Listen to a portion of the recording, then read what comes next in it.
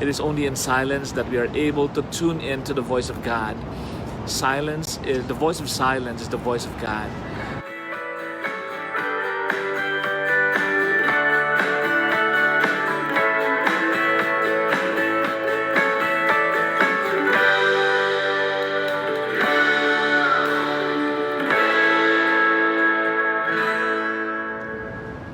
Hello, this is Father Sunny and welcome to your Dose of Holy.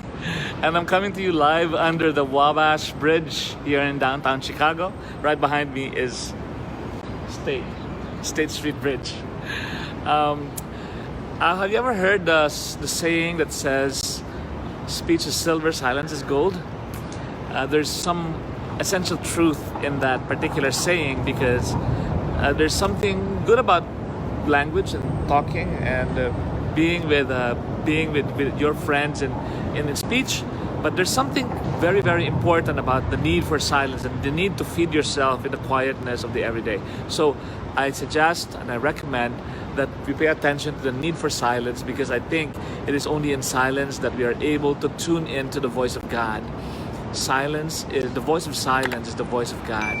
And when we are silent, we are able to connect with the depth of our being and the God that is within us, the God that dwells within us. And so it's important that we hone the need and the gift of that silence in each one of us, no matter what happens.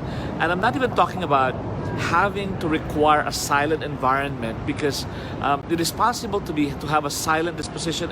It's possible to be in a silent space, in a sense to be in the silent to be in a silent mode, even though you are surrounded by noise around you, or maybe people talking, or maybe a marketplace, or maybe a busy street. Silence is an interior disposition where a person enters into the depth of one's being and reconnects with the kernel of our being deep within there. And that is very, very important, because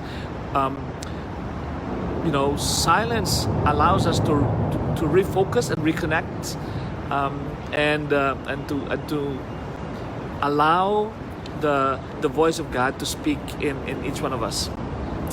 It is possible to be lost, in the crowdedness of everything, in the noise that we hear everywhere around us. In fact, we are surrounded by competing noise and competing sounds and competing voices everywhere around us.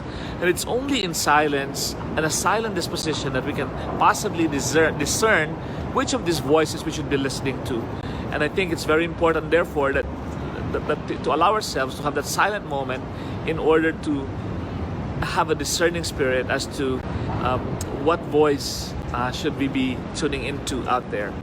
I also found that it is in silence that I'm able to have better insights.